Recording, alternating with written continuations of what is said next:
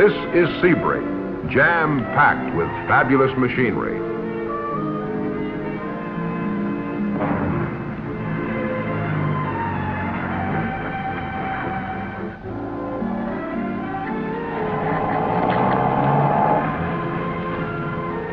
And here's an example. A baby Alfa Romeo, the lightning-fast Giulietta Spider. In motor racing, as in just about everything else, there's paperwork. In this case, registration forms. And then into the lineup for the first hurdle, technical inspection. En route, David gets his number, 51. This identifies the car as a member of the MG racing team. And now it's his turn for checkup. Running gear, seat belts, fuel tank, and particularly brakes are tested to ensure maximum protection for drivers and spectators alike. Now the coveted sticker of official approval, and David is off to another hurdle, a medical exam, just as thorough as the car inspection. David is okayed. Next, drivers, pitmen, and stewards discuss rules of the course.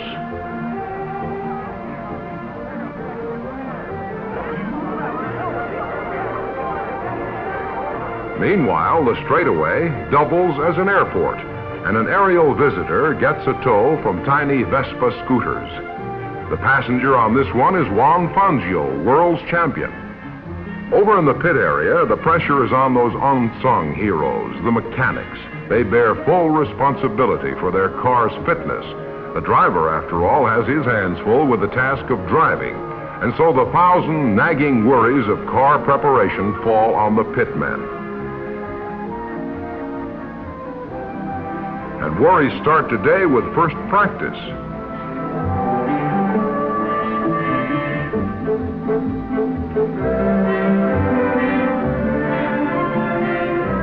Here's another kind of practice, too.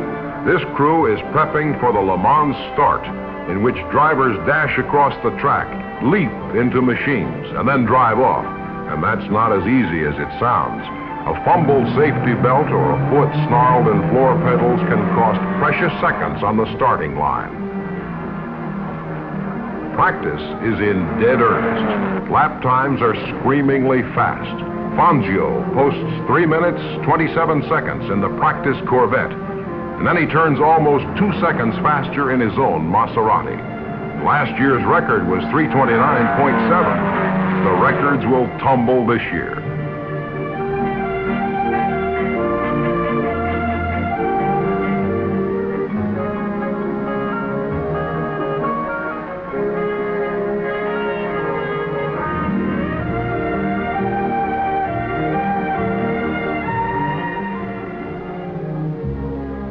Let's take a look at this 5 2/10 mile circuit with 13 corners.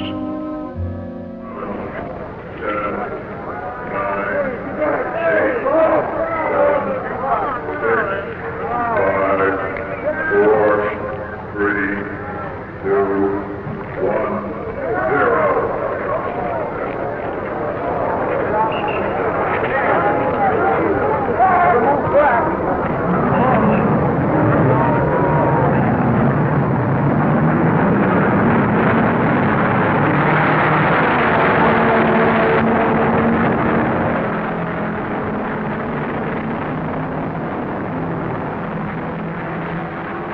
First under the bridge is Collins, a Ferrari, followed by 2 production Corvettes. Then comes Hawthorne in the Jag as the cars get rolling. Now through the chicane and into the S's.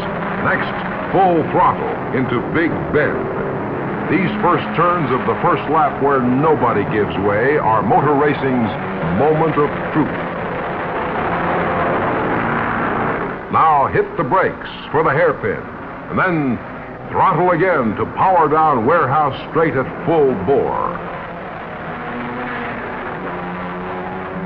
The hard right, then hard left of the Warehouse turns finds the field sorting into position, with Collins still leading in his scarlet Ferrari. Behind him is Sterling Moss in a Maserati. Next is Phil Hill, the Californian, in another Ferrari.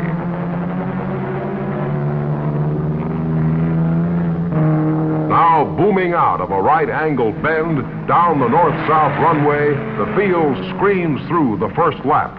There's still no sign of Jean Barra, who started Fangio's Maserati, or of the rapid new Corvette.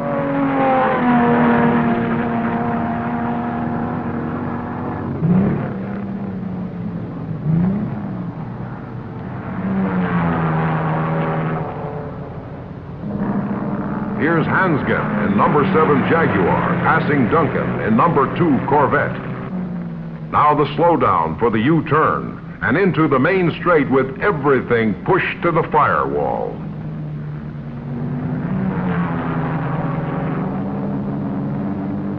That's how it went in the first lap and the first hour, with Collins holding his Ferrari in the lead and Barra almost 16 seconds behind him.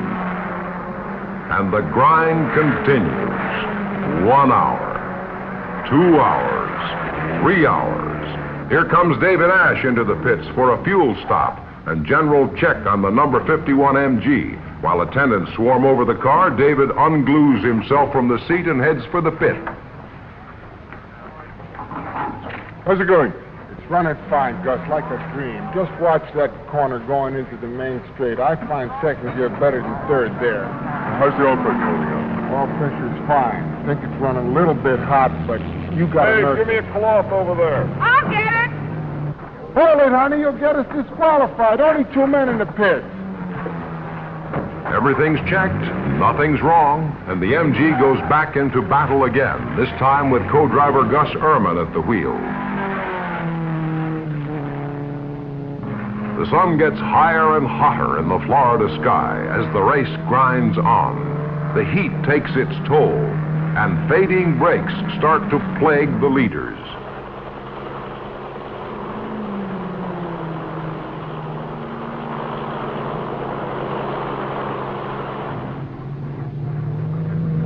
The smaller cars are lapped repeatedly, and like this Renault, they move over for faster cars.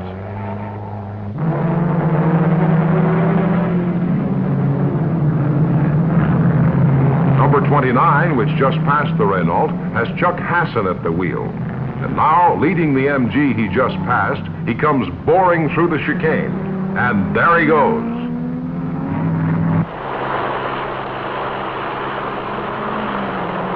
Now Barra, in the number 19 Maserati, leads the race. And he just cut one unbelievable lap in 3:24 and 5/10, 92 miles an hour. With Barra out ahead in a healthy lead, the two drivers alternate every 3 hours and conserve their machine as the day wears on. Behind them, the field is having its troubles with overtaxed engines, fading brakes, and drivers stricken with sunstroke. On each of these corners, brakes come in for grueling punishment. Corners are close together. There's no time for cooling. There goes Collins in number 11 Ferrari, still holding tightly to second position. Now coming up to enter the hairpin is Barra, increasing his lead with Fangio's car, number 19. Here comes Bonnier in number 22 Maserati. He has just relieved Scarlatti at the wheel of this Italian machine, one of 7 Maserati entries.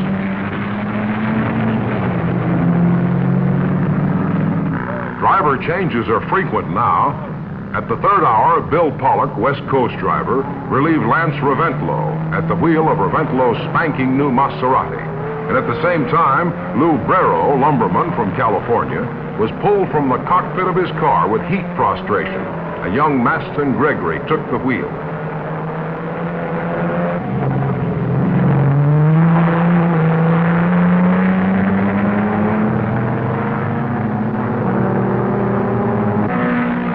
Corvette Super Sports, Detroit's highest hope yet in sports car racing, has been out since shortly after 1 o'clock.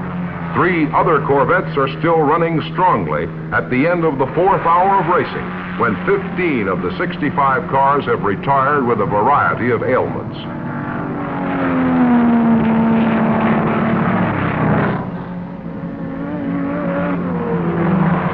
Here is an example. Wiley, driver of this Lotus, is just as determined in tough luck as Juan Fangio in number 19 is with better fortune.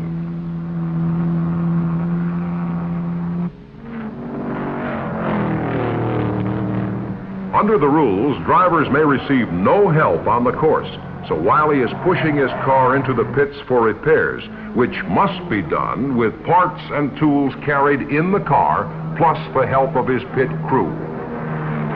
Mary clocks David, while Wiley's still trying. Work in the pits grows more important as darkness approaches, and the fast edge that careful preparation gives to cars is showing up even more strongly as the grind goes on. The Fangio Barra car is building its lead every lap, but the race is still wide open as the 7th hour passes.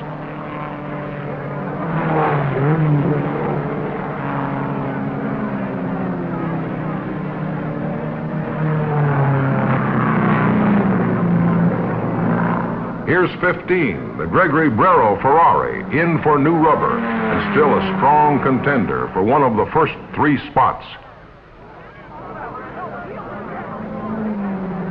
There's warm support from this quarter as the Ferrari bounces back into the race with Gregory behind the wheel.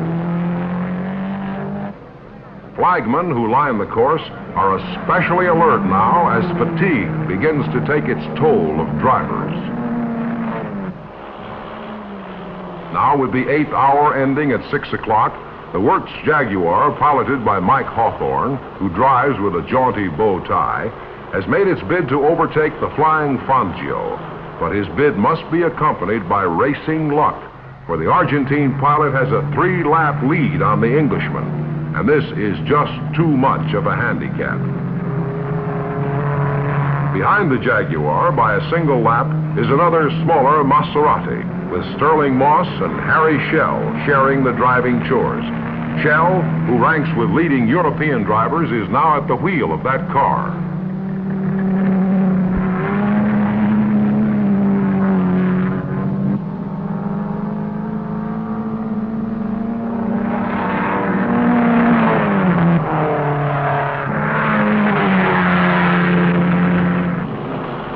Jaguar, wearing the white and blue stripes that are American racing colors, leads a pack of cars through the hairpin. The car colors, incidentally, have a meaning. Italian entries are flaming red. British cars wear green, despite the U.S. racing superstition against that color. German cars are silver, and French machines an attractive blue. So there's a reason for color.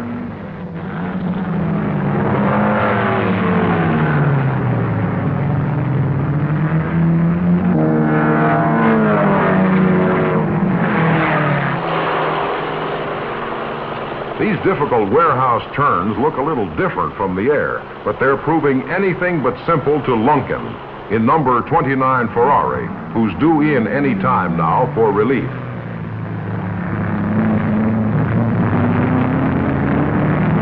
And here's David Ash coming through in the MG, still running strongly with 87 laps to his credit at the 5 p.m. count. You see, there's a reason why the smaller cars keep charging on. This is many races in one. There are winners judged in each of 9 classes, depending on engine size. Oh, watch for a moment now as one driver gives a wave off to a car trying to pass him without possible clearance.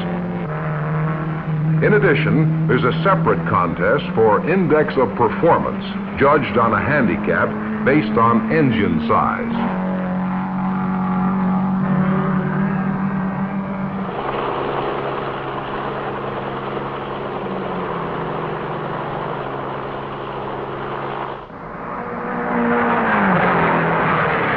Hawthorne, second-place Jaguar. And as night approaches, in comes the number 27 Maserati of young Lance Raventlow for tires and fuel. There's a driver change, a general check, and over in a nearby pit, Hawthorne's number 5 Jaguar goes back to the fray. Hawthorne's hot for that second position, and he hopes to make up time during the tough hours of the night, where he's an old hand with years of experience in the 24-hour endurance race at Le Mans.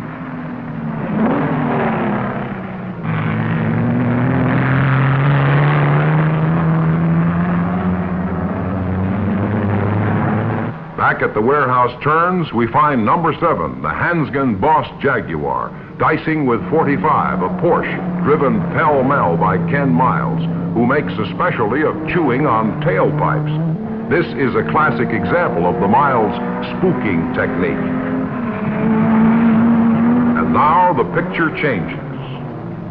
The lights on signal has been given. These are the most dangerous minutes of the day, as drivers fight to adjust their eyes to the darkness after more than an hour of squinting into the setting sun.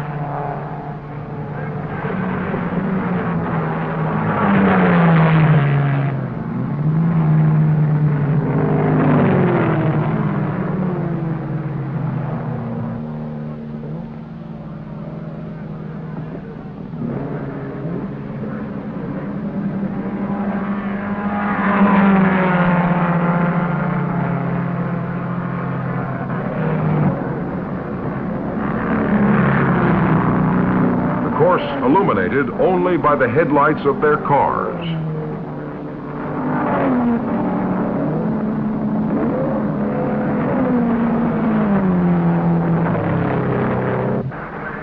Fangio still holds his lead during these final hours of night racing, and he's almost sure to break records.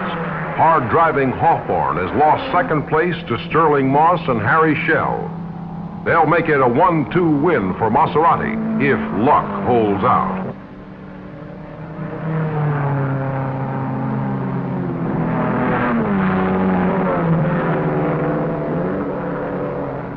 And there's the signal, ending the 12-hour grind. Here come the headlights of fabulous Fangio and his victorious number 19.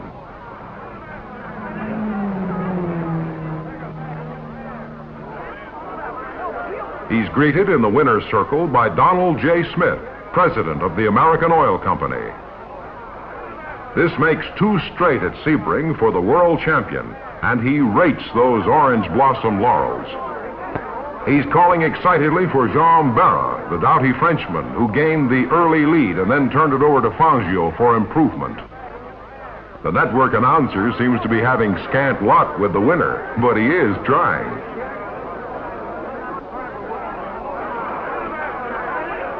Now the crowd is parting to make room for Barra. And here he comes to share the honors and the orange blossoms. They'll be rejoicing back in Italy, too, where Maseratis came home first and second, and other Italian cars took 4th, 6th, and 7th places.